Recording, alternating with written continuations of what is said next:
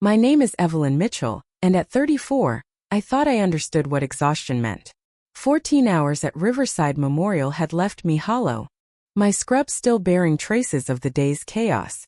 7 months since Brian walked out, taking 8 years of marriage with him, and I was still coming home to silence. That night, fumbling with my keys, I heard something that stopped my heart, movement inside my empty apartment. When I finally pushed the door open, my knees buckled beneath me at what waited inside. If you're watching this right now, drop a comment letting me know where you're tuning in from, hit that subscribe button, and stay with me to discover how one unexpected homecoming changed everything I thought I knew about forgiveness. Nursing wasn't just my career, it was my identity. For 12 years, I'd worn the uniform like armor, finding purpose in other people's pain while ignoring my own. Riverside Memorial's intensive care unit wasn't for the faint of heart, but I thrived in its organized chaos. Patients came and went, some walking out toward second chances, others leaving only memories behind. I'd learned to manage the emotional toll, to compartmentalize the losses, to celebrate the wins. At least that's what I told myself. "You look like hell, Evelyn," Heather said that morning, sliding a coffee across the nurse's station toward me. Her concern wasn't new. As my closest friend at the hospital, she'd watched me spiral since the divorce, taking extra shifts, volunteering for the hardest cases, anything to keep moving. "Thanks for the compliment," I replied, downing half the cup in one burning gulp. "Didn't sleep much." Heather leaned closer, lowering her voice. "You know, it's been 7 months. Maybe it's time to." "Don't." I cut her off. "I'm fine," she sighed, familiar with this wall I'd built.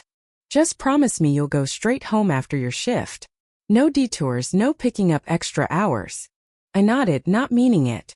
Home was the last place I wanted to be. A 2-bedroom apartment that now felt cavernous without Brian.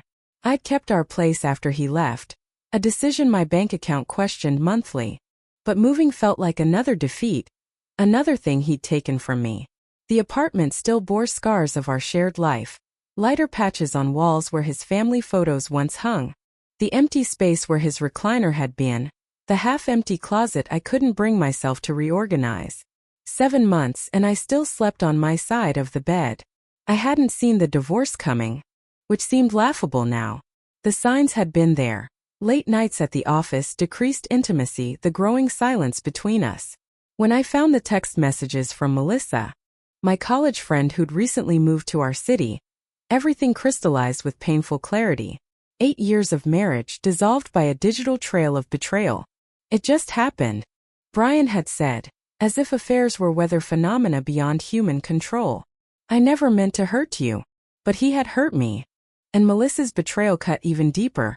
We'd been friends for 15 years. I'd invited her into our home, helped her find an apartment when she moved to town. In return, she'd helped herself to my husband. That day at the clinic had been particularly brutal. A multi-car accident had brought in several critical patients, including a pregnant woman who'd gone into premature labor. Despite our best efforts, we couldn't save the baby. Watching the mother's world collapse around her had torn something open inside me. Grief I thought I'd carefully packed away came flooding back. Throughout my shift, my phone had buzzed with messages I ignored. Probably spam, or maybe Brian needing something else from the apartment. I'd stopped checking immediately months ago. The disappointment of seeing his name had become too predictable. By the time I clocked out, darkness had fallen. The October chill bit through my thin jacket as I trudged to my car. Heather called after me from the entrance. "Remember what you promised." I waved without turning, knowing I'd break that promise if the opportunity arose. Workaholic was better than divorcee sitting alone in an empty apartment. The drive home was a blur. Street lights streaked past as I navigated on autopilot, my mind still in the hospital with that grieving mother. Some patients stayed with you long after their charts were closed. This would be one of them. As I pulled into my apartment complex parking lot, something felt off. Maybe it was nurse's intuition, years of learning to sense when a patient was about to crash. My second-floor unit faced the back of the building, and from the parking lot, I could see lights on inside. Had I left them on this morning? Possibly. I'd been running late, barely conscious after another night of insomnia. But as I approached the stairwell, I could have sworn I saw movement through the blinds. A shadow passing, too distinct to be imagination. My heart hammered as I climbed the stairs. The rational part of my brain offered explanations. A maintenance worker checking on a reported issue, though I hadn't reported any. A neighbor who needed to borrow something, though I barely knew my neighbors. Brian returning with another box for his endless moving process. None of these explanations felt right. Brian had his own key, but he always texted before coming over. The building manager required 24 hours notice before entering a unit. Standing before my door, key in hand, I heard it. Unmistakable sounds of movement inside. Not the settling of an empty apartment or the hum of appliances, but deliberate human movement. Footsteps. The clink of dishware. Murmured voices. My fingers trembled as I inserted the key, turning it slowly to minimize the sound. Should I call the police? Run back to my car? The exhaustion that had plagued me moments before vanished, replaced by adrenaline and fear. I pushed the door open just a crack, peering into what should have been my darkened, empty living room. The door swung wider, revealing my apartment, except it wasn't my apartment anymore. Not as I'd left it. Where there had been emptiness, there was now life. Soft lighting from lamps I didn't recognize cast a warm glow over my typically sterile living room. A plush area rug I'd never seen before covered the hardwood floor where his recliner had left permanent indentations. Vases of fresh flowers sat on every surface, filling the air with a sweetness that overpowered the stale emptiness that had become the apartment's signature scent. Music played softly from a speaker somewhere. Fleetwood Mac, my favorite that Brian had always complained about.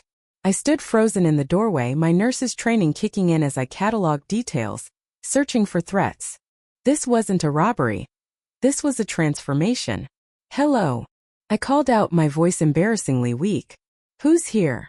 That's when I noticed the photos. Dozens of them. Arranged in tasteful frames along walls that had been bare for months. But these weren't just any photos. They were fragments of my life I thought were lost. Me as a gap-toothed child on my first bicycle. High school graduation with my parents flanking me. College road trips with friends whose names I struggled to remember. My nursing school pinning ceremony. A life before Brian. A life I'd almost forgotten existed. Surprise. The voice came from my right. Hungover and combative. Hey sis, he said, a nervous smile flickering across his face. You look like you've seen a ghost. What are you doing in my apartment? How did you get in? The questions tumbled out as shock gave way to confusion. We haven't spoken in years. Carl shifted his weight, looking more like the uncomfortable teenager I remembered than the 30-year-old man standing before me. I know. That's kind of the point of all this. All what? Breaking and entering? Redecorating without permission. My voice rose with each question. Is this some kind of joke? It's not a joke, Carl said, stepping toward me cautiously as if approaching a cornered animal. And technically, it's not breaking and entering when you have a key. You don't have a key. No, but Mom does. The spare you gave her for emergencies. The mention of our mother sent a cold wave through me. Grace Mitchell and I had our own complicated history, culminating in a screaming match at Dad's funeral reception that had effectively ended our relationship. The last words I'd said to her were that I never wanted to see her again. She'd respected that wish for 3 years. Mom gave you my key? The betrayal stung sharper than I expected. Where is she? Is this her idea of an ambush therapy session? Carl raised his hands in a placating gesture. It's not like that, Evelyn. We wanted to do something nice for you. Heather told Mom you've been struggling, working yourself to death since the divorce. Heather. Another betrayal. My colleague, my friend, conspiring behind my back. She had no right. She cares about you, Carl interrupted. We all do. Even when you shut us out. I looked around the transformed space, seeing it now through a different lens. Not an invasion but an intervention. Still unwelcome, still presumptuous, but coming from a place of concern rather than malice. So you broke into my home to... What? Stage an HGTV makeover? Fix my life with throw pillows and mood lighting. Carl's smile was sad. The apartment was just the beginning. A way to show you that empty spaces can be filled again. He gestured toward the kitchen. There's more. More what? More people who miss you. My stomach tightened as I moved hesitantly toward my kitchen, Carl following at a respectful distance. The apartment wasn't large, just steps from living room to kitchen, but the walk felt endless, like crossing a boundary I wasn't ready to breach. The kitchen, like the living room, had undergone a transformation. New curtains framed the small window above the sink, patterned with delicate blue flowers that matched the freshly painted walls. The utilitarian table where I ate standing up most nights now featured a proper tablecloth, place settings for 4, and a centerpiece of hydrangeas, my favorite since childhood. But what stopped me cold wasn't the decor. It was the woman standing at my counter, slicing vegetables with practiced precision. Amelia? My voice cracked around the name. She turned, knife still in hand, her face breaking into the same infectious smile I remembered from our shared childhood. Amelia Parker had been my best friend from 3rd grade through high school, inseparable until college sent us to opposite coasts. We'd promised to stay in touch, and for a while we had. Portland.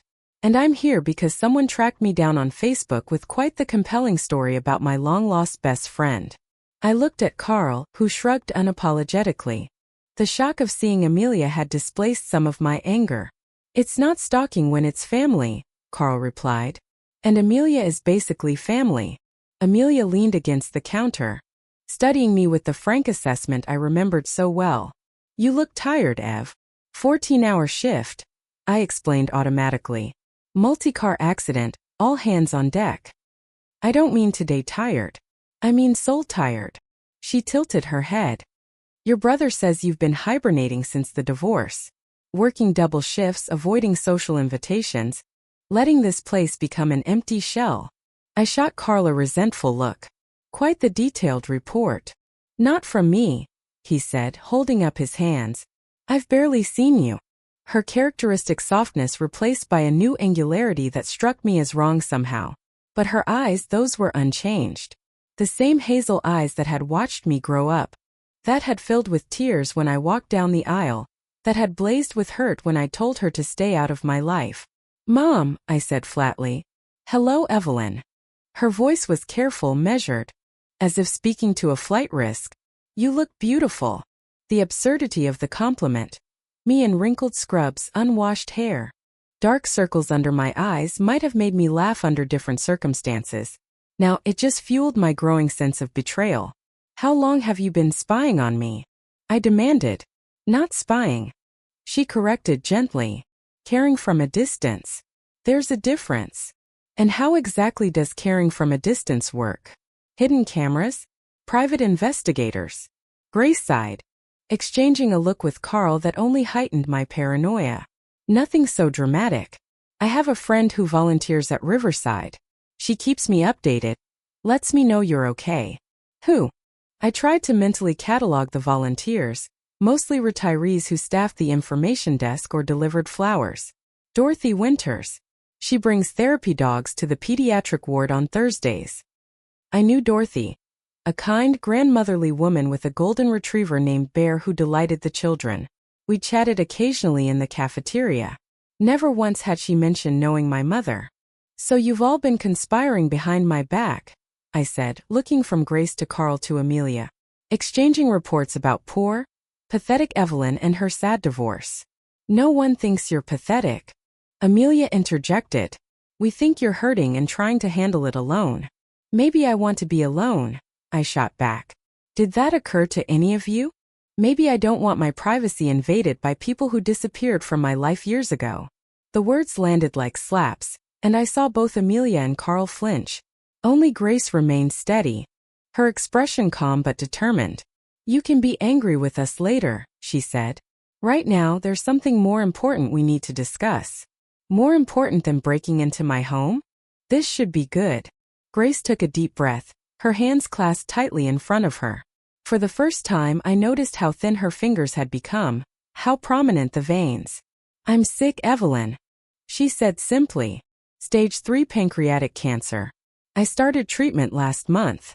The world seemed to tilt sideways. I reached for the counter to steady myself, my nurse's mind immediately racing through statistics I wished I didn't know. Pancreatic cancer. Late detection. Poor prognosis. 5-year survival rates in the single digits. You're lying, I said. The words escaping before I could stop them. Pain flickered across Grace's face. I wish I were. The kitchen suddenly felt too small, too warm, too filled with expectant gazes. My clinical knowledge warred with emotional denial. Pancreatic cancer was a death sentence wrapped in medical terminology. But this was my mother.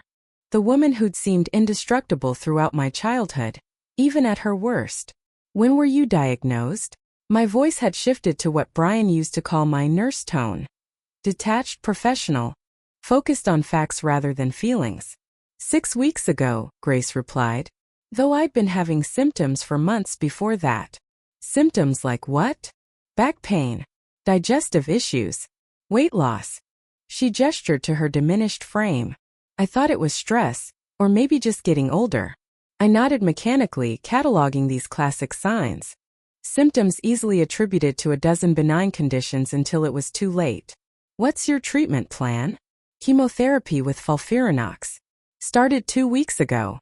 She gave a small sad smile. That's why I finally cut my hair. Decided to beat it to the punch. A preemptive strike against the inevitable.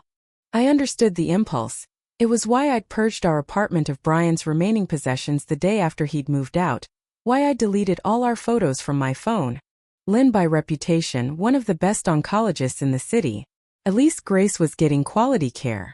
And you decided the appropriate response to this diagnosis was to break into my apartment and stage a family reunion? The harshness in my voice surprised even me. Carl stepped forward. That's not fair, Evelyn. Fair. I laughed, a brittle sound that seemed to bounce off the newly painted walls. You want to talk about fair? Is it fair to ambush someone after a 14-hour shift? To use a medical crisis as emotional leverage? Nobody's leveraging anything, Amelia interjected. Your mother is sick.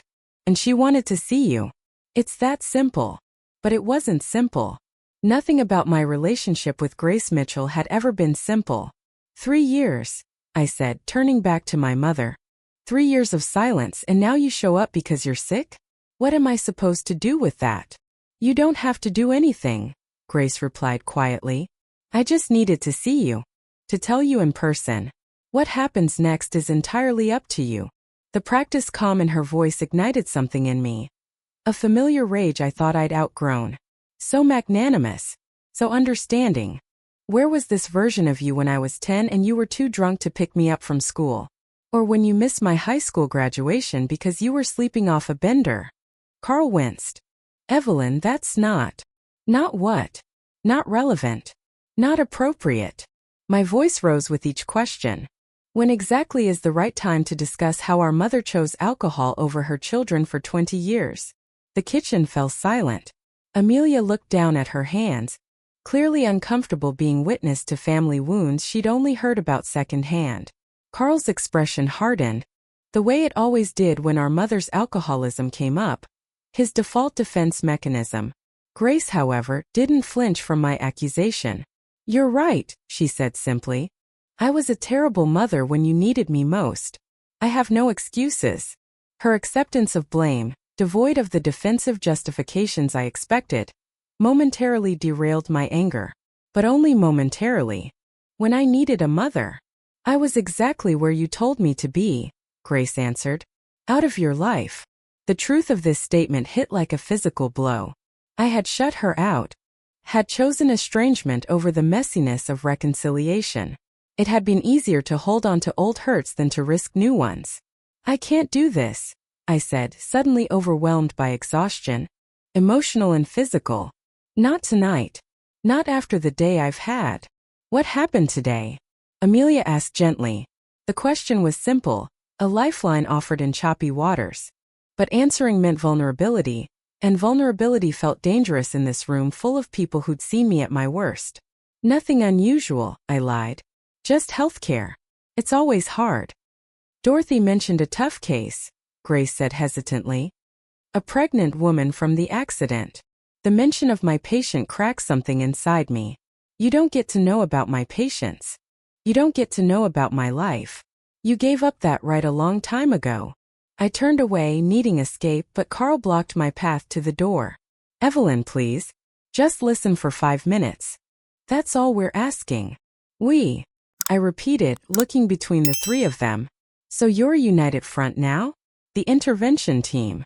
We're people who care about you, Amelia said.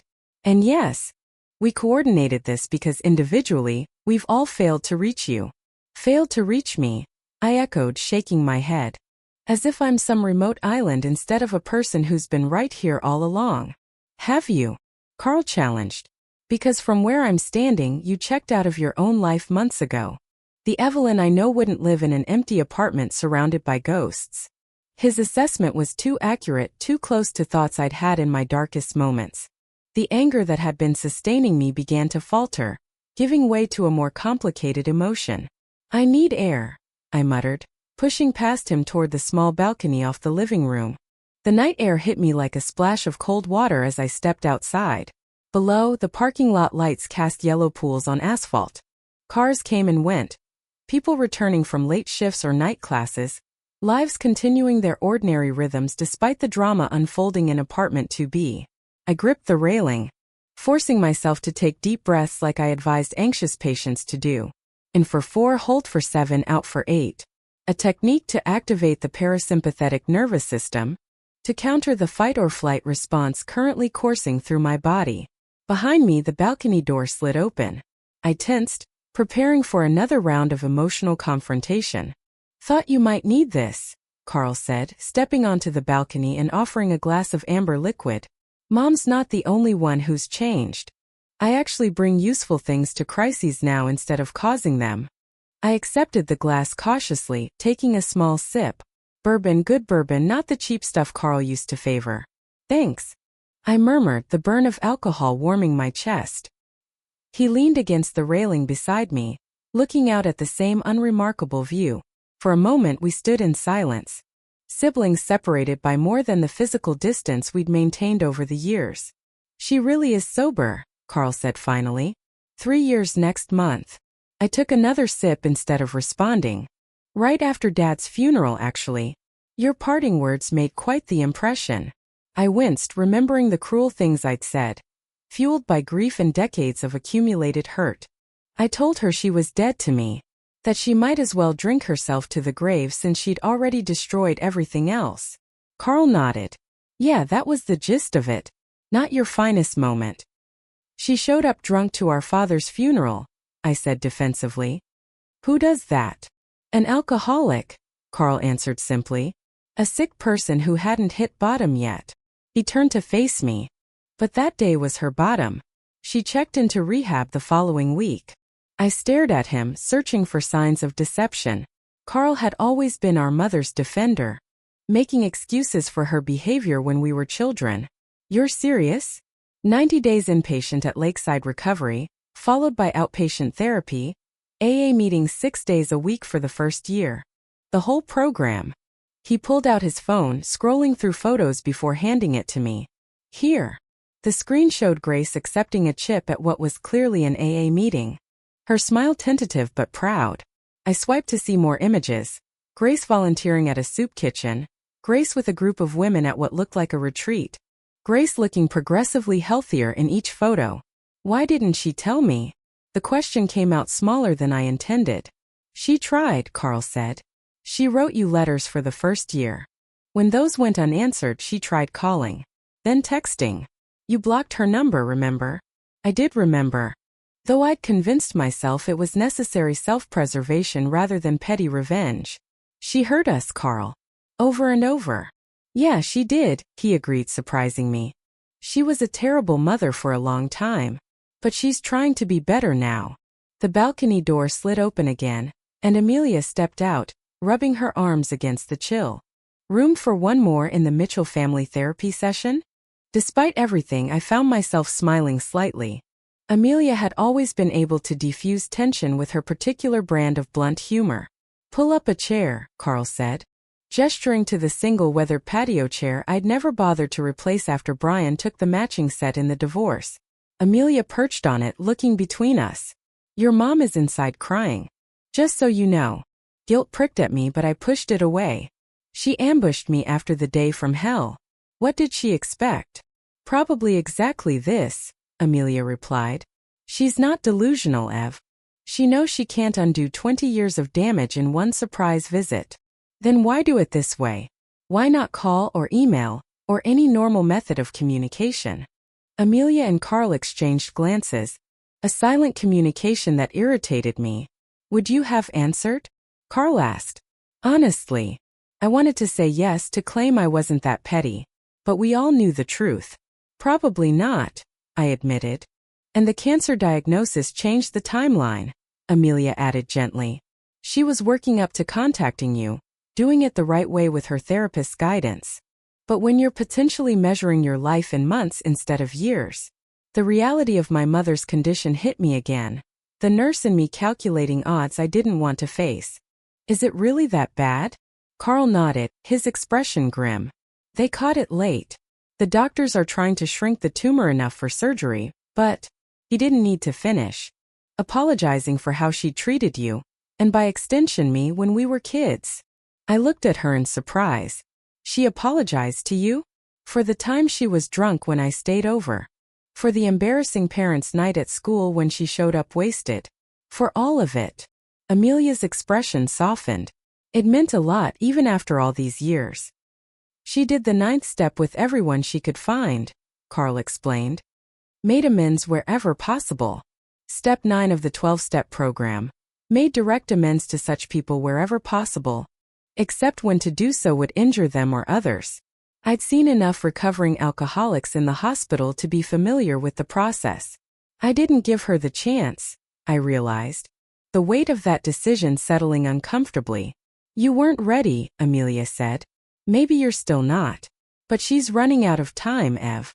The three of us fell silent. The night sounds of the apartment complex filling the void. Distant music, the hum of air conditioning units, a dog barking somewhere in the darkness. I should go back inside, I said finally. At least hear her out. Carl squeezed my shoulder, a gesture of support so familiar it made my throat tighten. That's all anyone's asking. We returned to the apartment, which felt different now, less like an invasion and more like a space holding its breath, waiting. Grace sat on the couch, her posture straight but her eyes red-rimmed from crying. She looked up as we entered, hope and fear warring in her expression. I'll make some tea, Amelia announced, pulling Carl toward the kitchen. We'll give you two some privacy.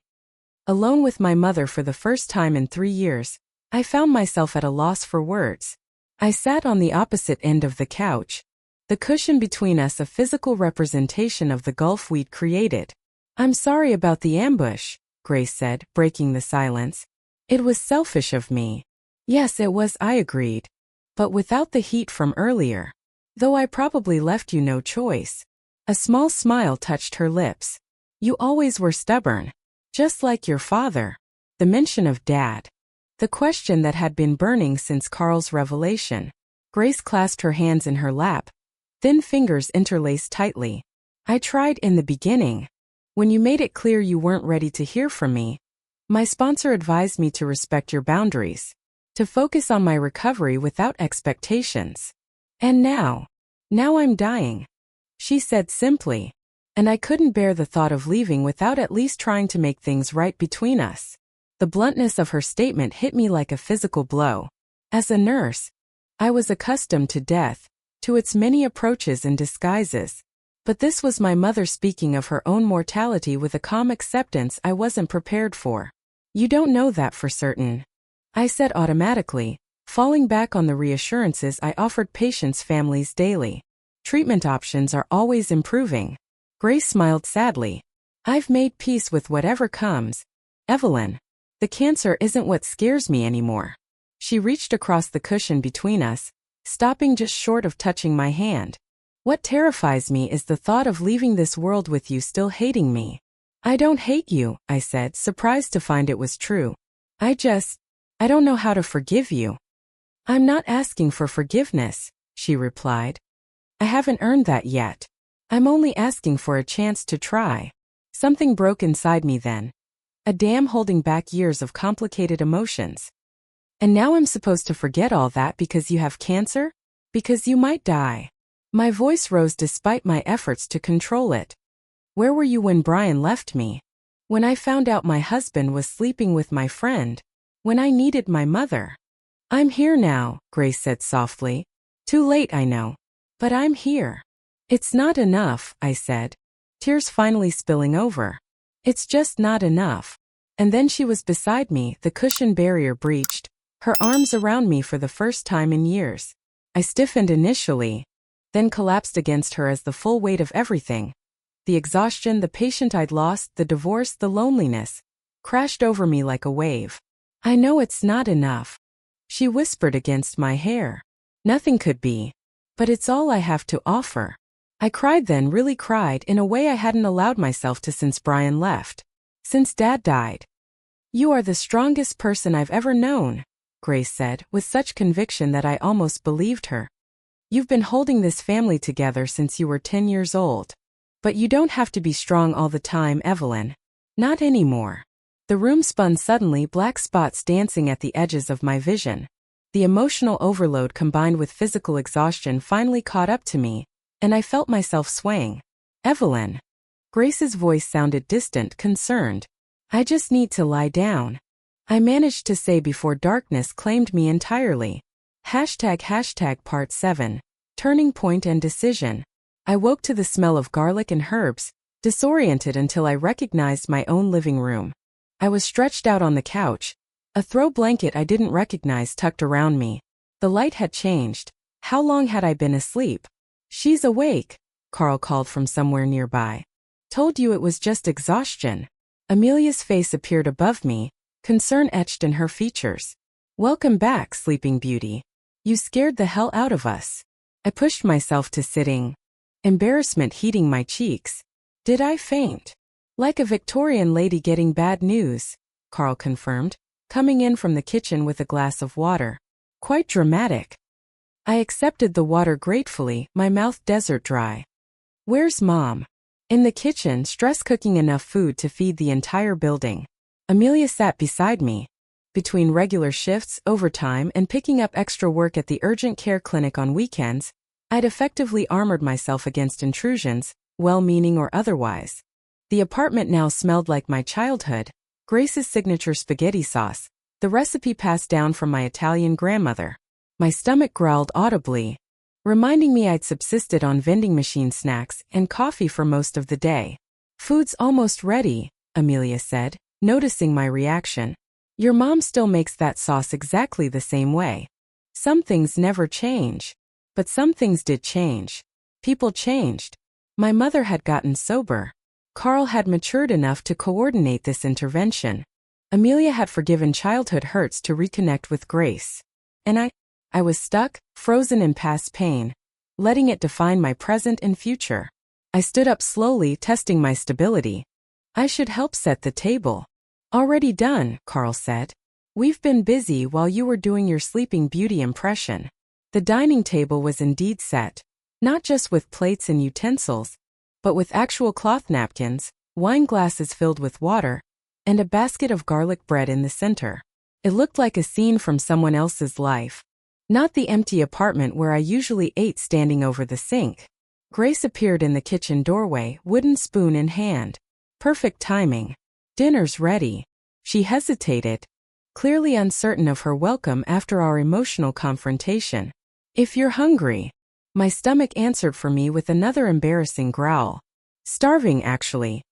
The four of us settled around the table in an awkward tableau, a family dinner for a family that had ceased functioning as a unit years ago. Grace served the pasta, her movements precise and careful, as if afraid of spilling or making any mistake that might shatter this fragile piece. This is amazing, Carl said after his first bite, breaking the silence. Nobody makes sauce like Mom. Family recipe, Grace said with a small smile. Some things you don't forget, even during the bad years. The mention of bad years hung in the air, but without the explosive charge it had carried earlier. We ate quietly for a few minutes, the familiar taste of childhood comfort food creating a strange juxtaposition with the tension still lingering between us. So, Amelia said brightly, ever the one to wade into uncomfortable silences, this is cozy. The absurdity of her statement startled a laugh out of me. A genuine laugh, the first and longer than I could remember. Carl joined in. Then Amelia and finally Grace, the sound transforming the apartment into something warmer, something with the potential to become home again. As the meal progressed, conversation tentatively blossomed. Carl talked about his job as a high school guidance counselor, a career choice that had surprised all of us given his troubled adolescence. Amelia shared stories of her life in Portland, where she ran a small graphic design firm. Grace mostly listened, occasionally adding a comment or question, careful not to dominate the conversation. I found myself observing her when she wasn't looking, the new lines around her eyes, the careful way she ate small portions, the slight tremor in her hands that spoke of either chemotherapy side effects or the nervousness of this reunion. Despite everything, something in me ached at the visible evidence of her illness. After dinner, Carl and Amelia insisted on cleaning up, shooing Grace and me toward the living room with cups of decaf coffee. We sat again on opposite ends of the couch, the physical distance between us reduced but still present. I never wanted to involve Carl and Amelia, Grace said, cradling her mug. But when the diagnosis came, I got scared. Selfish, I know. It's not selfish to want family around when you're sick, I said, surprising myself with the concession. Still, I should have respected your boundaries. She took a careful sip of coffee. Your apartment looks nice, though. I hope the changes aren't too upsetting. I glanced around at the transformed space, the photos, the comfortable arrangements, the signs of life where emptiness had reigned. It's an improvement, I admitted, though the invasion of privacy is still not okay. Noted, Grace said with a small smile. No more breaking and entering, even with good intentions. From the kitchen came the sound of Amelia laughing at something Carl said.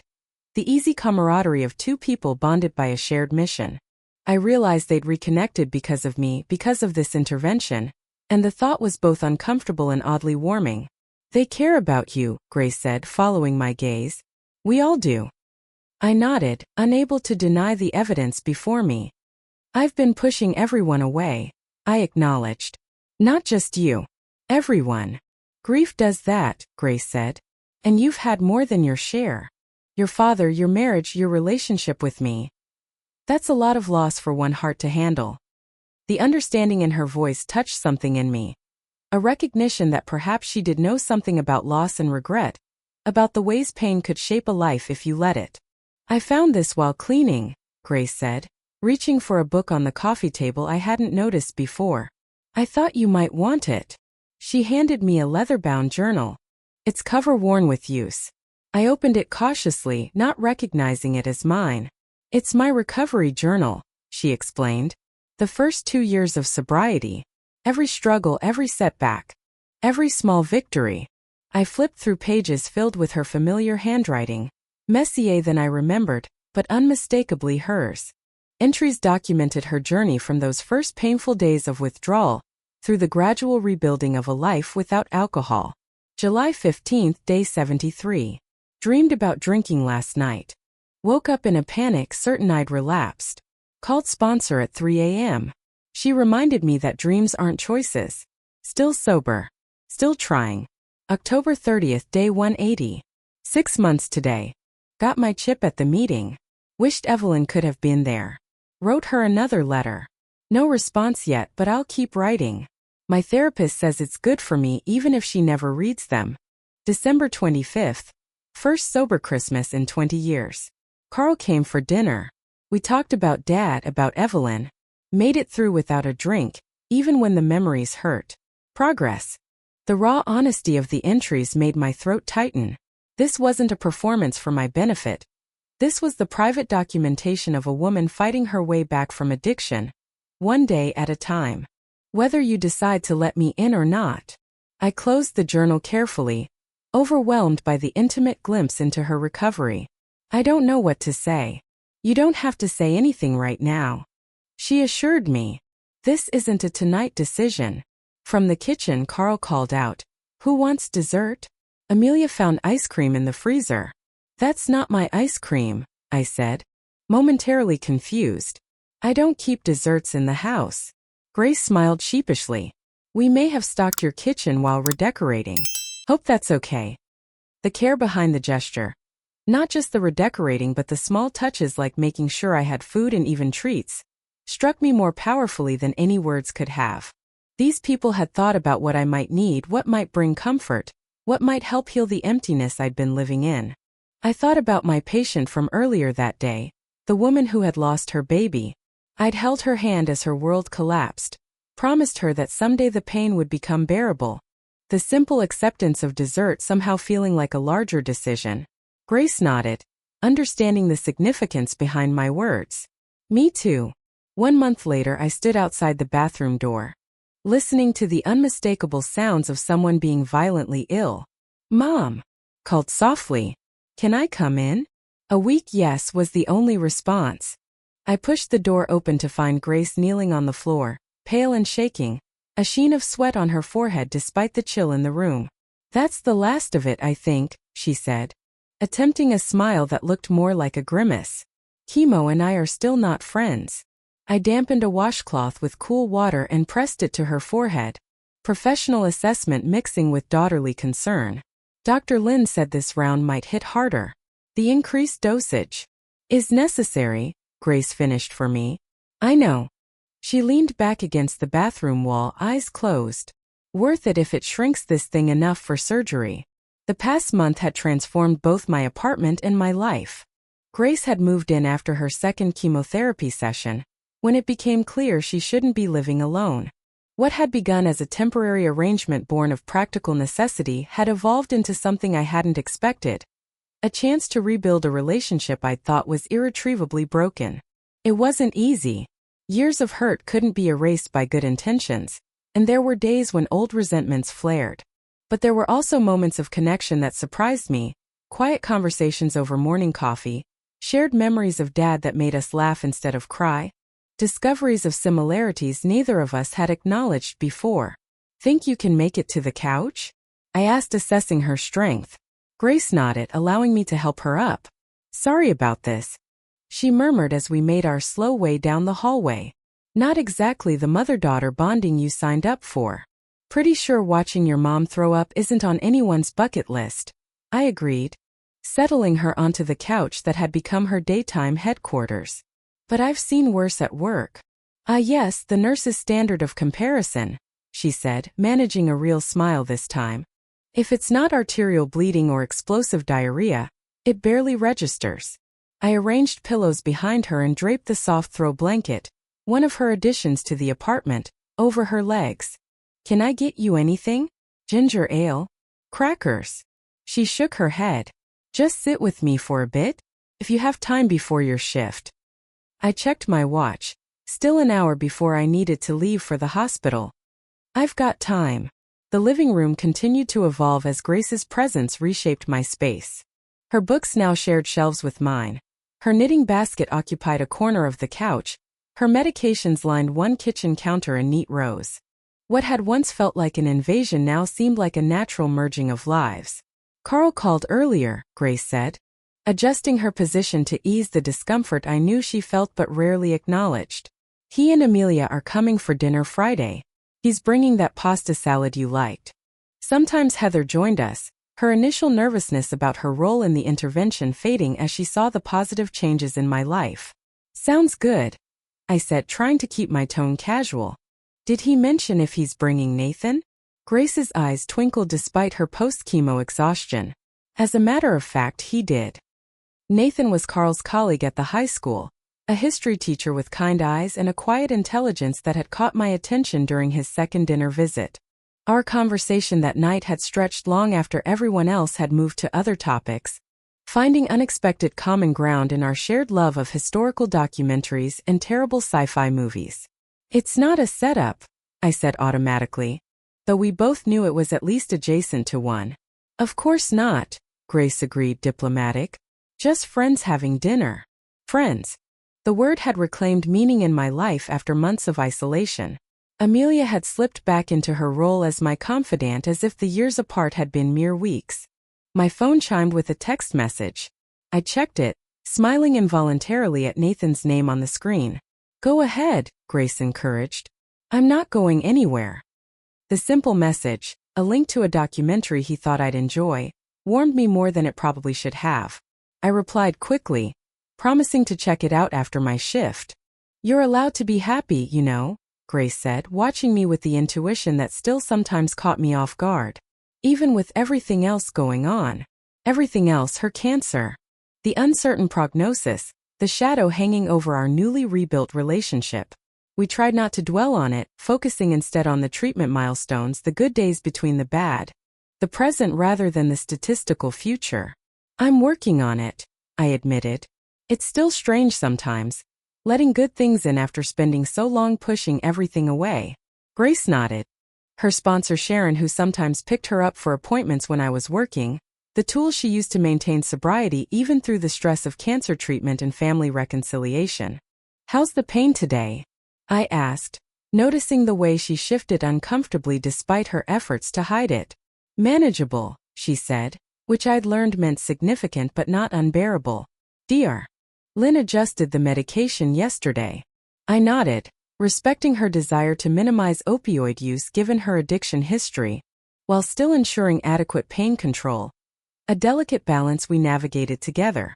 "Evelyn," she said after a moment of comfortable silence, "I need to ask you something important." The serious tone made me tense.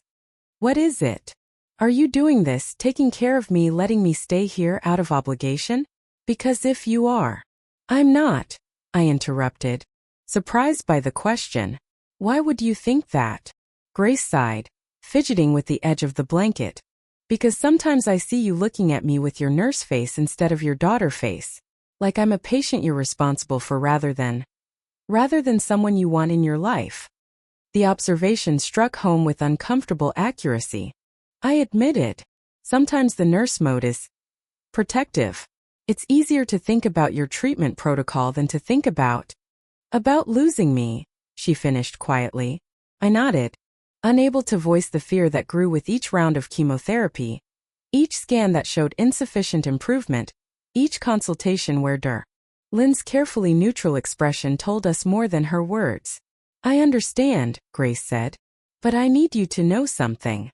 She reached for my hand, her grip surprisingly strong despite her frailty. "Even if this is all the time we get, these months together, it's already more than I dared hope for." I recognized the serenity prayer philosophy that underpinned her recovery. Accepting the things she couldn't change, finding the courage to change the things she could, and the wisdom to know the difference. My mother had found a peace I was still searching for. "I'm trying," I said honestly, "to be present, to not waste time on old anger." "That's all any of us can do," she assured me. "And you're doing better than you think." My phone alarm chimed, reminding me it was time to prepare for my shift. I silenced it reluctantly. "I'm glad you're here. Not just because you need help, but because I've missed having a mother."